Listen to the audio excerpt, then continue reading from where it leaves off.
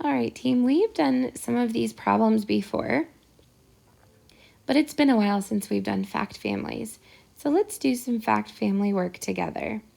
When you have three numbers, you know that the biggest number is always going to be the whole.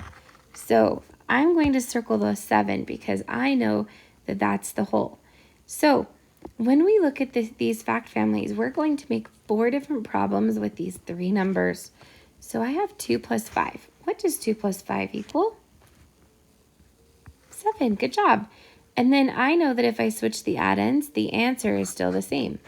So the first 2 answers are going to be 7. Now we're doing the opposite. We're subtracting. 7 minus 5.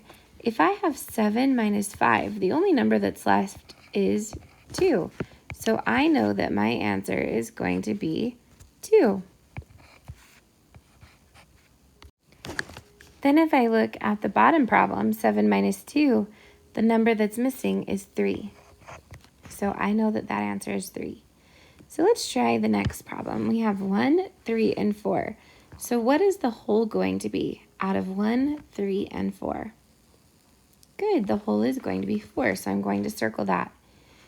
Now I have 1 plus 3 equals 4 because that's going to be the whole. And then on the bottom, I have 4 minus 1, and the only number left is 3. And then 4 minus 3 is 1. All right, let's try one more together.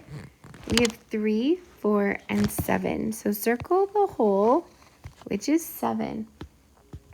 And I know that's going to be the answer for the first 2 problems. And then on the second 2, I just have to find what number is missing and put that on the line. So 7 minus 4 equals 3, and 7 minus 3 equals 4.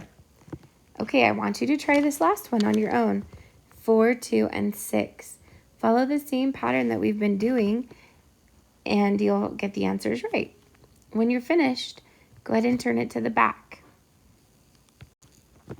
All right, now that you have done that, we're going to go ahead and give the back a try. I'm going to teach you how to use dots to help you subtract.